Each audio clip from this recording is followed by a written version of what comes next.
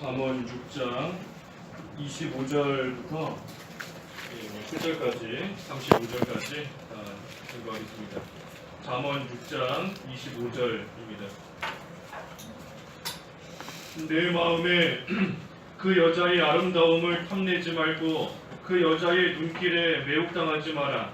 이는 창녀 때문에 너에게 빵 한 조각만 남게 되고 음란한 유부녀가 내 귀한 생명을 사냥하기 때문이다. 사람이 불을 가슴에 품고 자기 옷을 태우지 않을 수 있겠느냐? 사람이 숯불 위를 걷고도 그의 발들이 탓되지 않겠느냐? 이웃의 아내와 동침하려 들어가는 자도 이와 같으니 그 여자를 만지는 자는 모두 벌을 면치 못할 것이다. 사람이 만일 굶주려서 배를 채우려고 훔쳤다면 사람들이 그를 멸시치는 않을 것이나 훔치다 들키면 그는 7배로 갚아야 할 것이니 자기 집의 모든 것들을 내주어야 한다.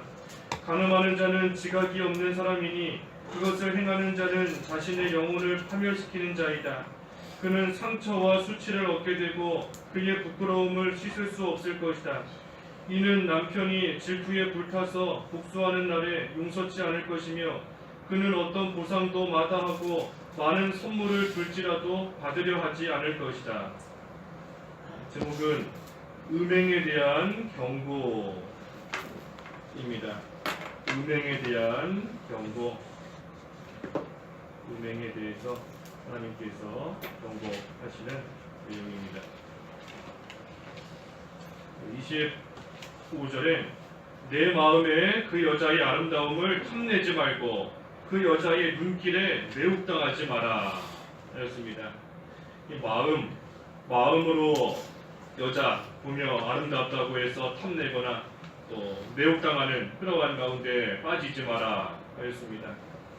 이 마음에 탐심이 있으면 그것이 행동으로 나타나게 되어 있습니다. 이 마음에 있는 것이 몸으로 드러나는 것인데 마음에 탐심이 있고 마음에 욕심이 있으면 그것이 언젠가는 또 행동으로 몸으로 나타날 때가 있는 겁니다. 마찬가지로 음행하는 것도 마음으로 여자의 아름다움을 보고 탐내고 매혹당하면 결국은 그것이 행동으로 또 이어지게 되어 있습니다. 그러니 마음을 잘 지키는 것이 중요한 겁니다. 특별히 마음을 지키면서 보지 말아야 될 것은 안 봐야 되고 또 듣지 않아야 될 것은 안 들어야 되고 가지 말아야 될 곳은 또 안 가는 것, 그것이 중요한 겁니다. 그렇지 못하면 결국은 그 마음에서부터 여러 가지 되지 못한 이 죄의 행동으로까지 이어지기 때문입니다. 그래서 여자의 아름다움 탐내지 말고 그 여자의 눈길에 매혹당하지 마라.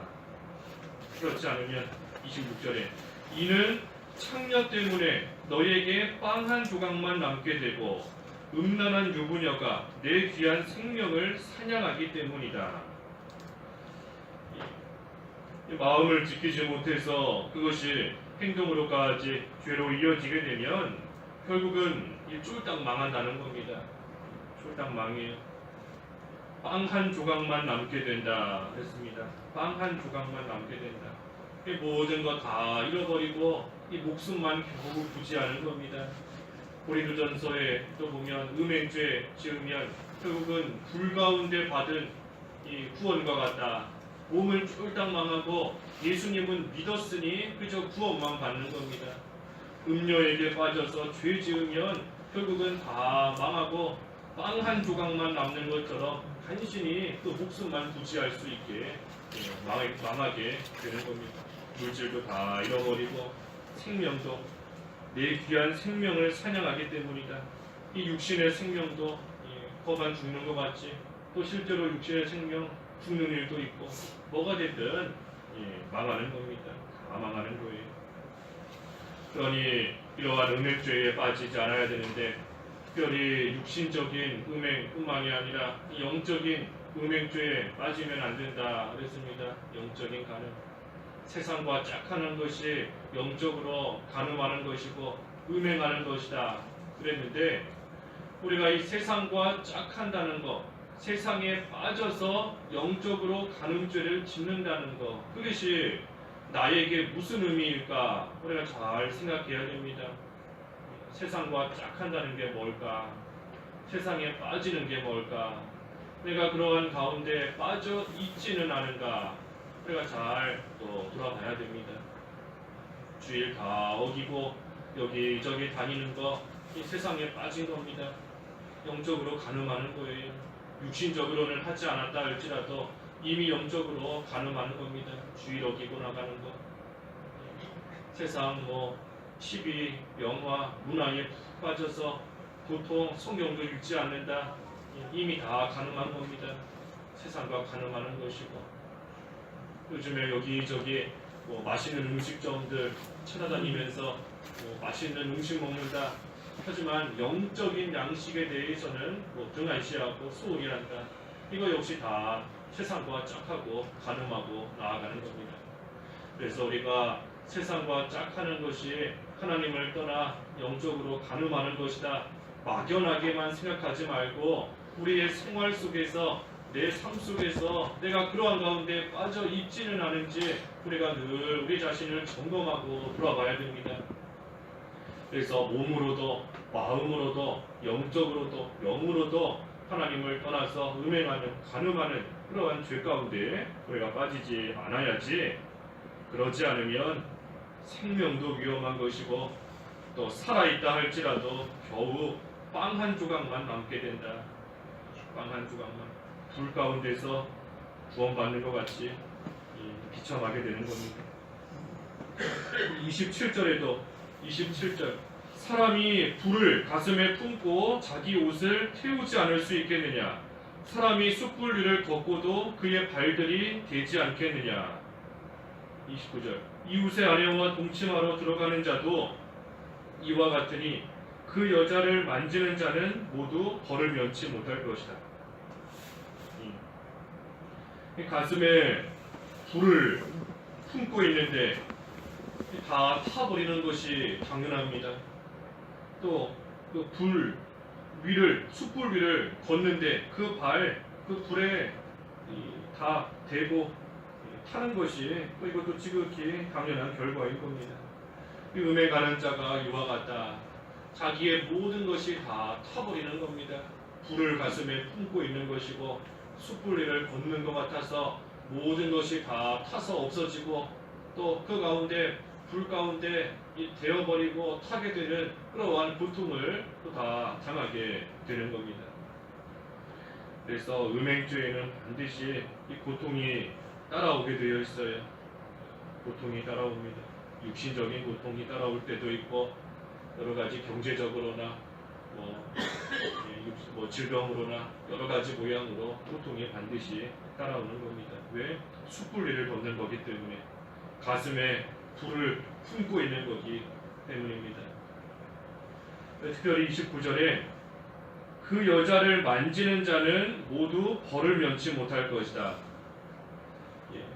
어떤 분들은 이 말씀을 가지고 이 여자를 만지기만 하면 죄다 그래서 이 여자 성도하고는 악수도 안 하고 하는 분들도 계시더라고요.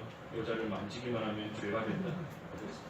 근데 이 말씀은 그런 말씀이 아니라 음욕을 품고 만지면 죄가 된다는 겁니다. 음욕을 품고 어떤 그런 마음이 없는데 여자와 악수하고 할 수 있는 겁니다. 어느 정도는 할 수 있지만 그것이 아니라 마음속에 음욕을 품고 마음속으로 이미 음행하면서 그러면서 여자를 만지면 그 자체가 또 하나님 앞에서 합당치 못한 겁니다.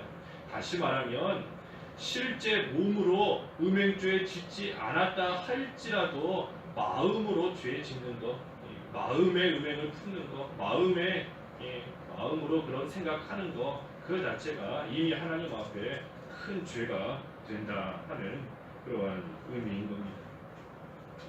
그래서 뭐가 됐든 고통이 따라온다 그랬어요. 고통이 따라온다. 우리 앞에 잠언 5장에서도 쭉 다 보았습니다. 음행죄 짓고 나아가면 명예도 뺏기고 남은 여생도 뺏기고 재물도 다 뺏기고 몸이 쇠약해지고 마지막에 가서는 후회한다. 이미 다 살펴본 겁니다. 고통이 따라오는 겁니다.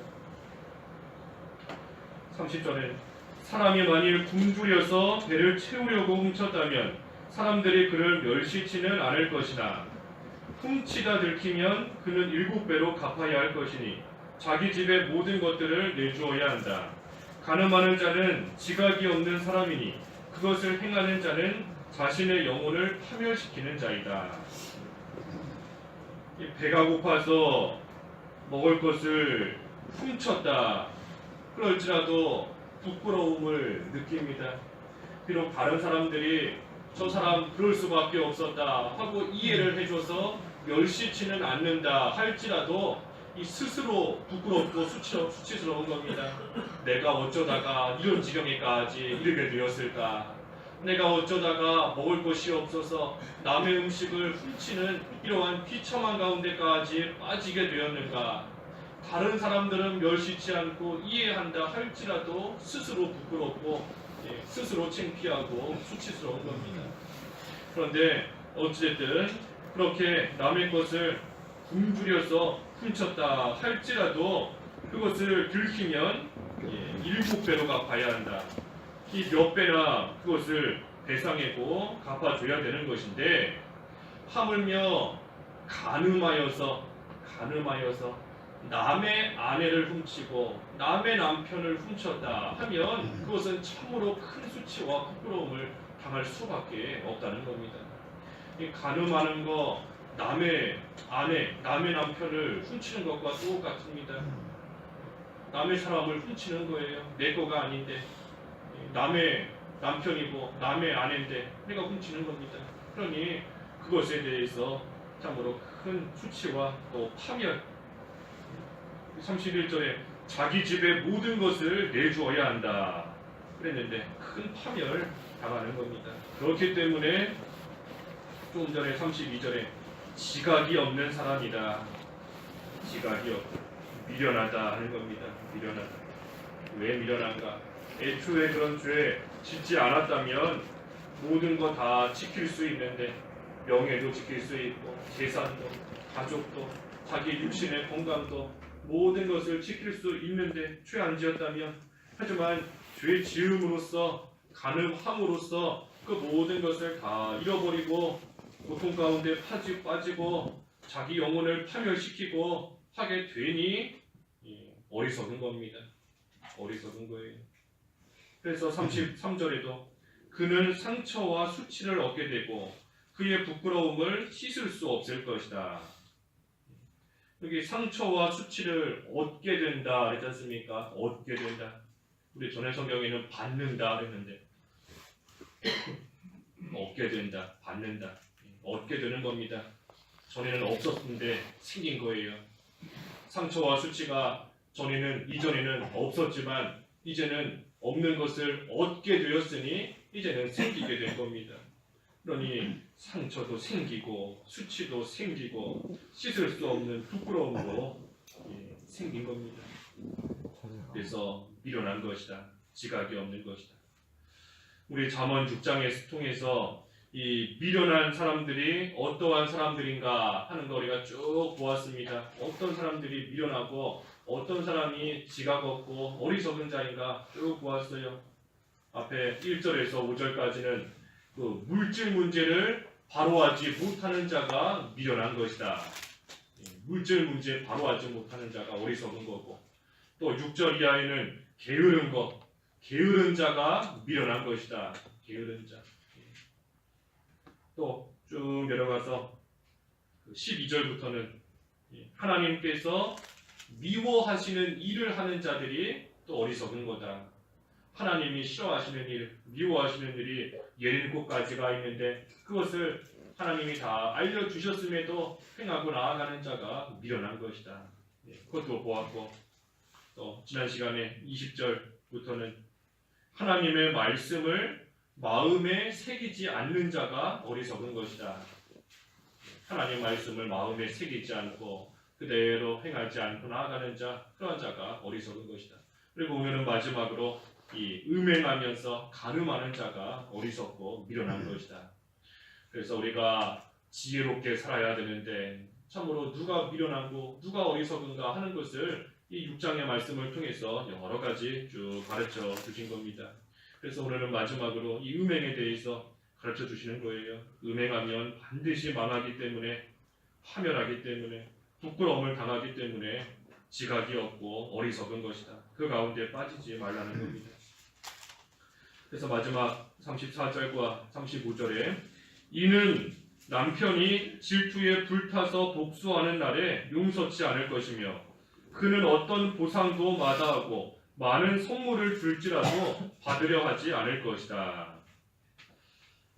이 음행하면 누군가의 분노가 반드시 있습니다. 남편의 분노가 반드시 따라오게 되어 있고 또 아내의 분노가 반드시 따라오게 되어 있습니다. 그러니 아무리 좋은 보상, 좋은 선물, 많은 선물을 준다 할지라도 질투에 불타서 결국은 복수하는 날이, 또 복수를 당하게 되는 그러한 날이 오게 된다는 겁니다. 우리가 영적으로 간음하는 것도 똑같습니다. 우리가 영적으로 간음하고 영적으로 음행하면 하나님의 분노가 반드시 있습니다. 하나님의 분노하심이, 하나님의 진노하심이 반드시 있어요.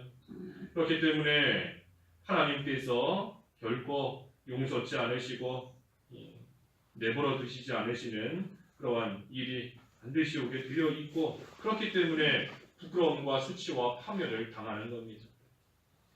그러니 반대로 말하면 하나님께서 그 분노 가운데 우리를 치시기 전에 우리가 빨리 용서를 구하고 남편 되시는, 신랑 되시는 주님께 온전히 돌아가는 그러한 생활을 해야 됩니다.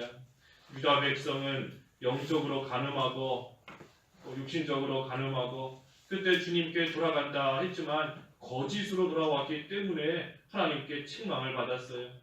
그러니 우리는 거짓으로 입으로만 돌아간다, 입으로만 잘못했다, 입으로만 회개한다 하는 것이 아니라 진심으로 회개하고 하나님께서 아직 분노의 손을 드시기 전에, 아직 치시기 전에 우리가 빨리 회개하고 돌아가면 하나님께서 그래도 긍휼히 여겨주시고 그래도 불쌍히 여겨주셔서 건져주시고 구원해주시는 그러한 은혜가 또 임하는 겁니다. 그래서 우리가 다윗과 같이 철저하게 회개해야 됩니다.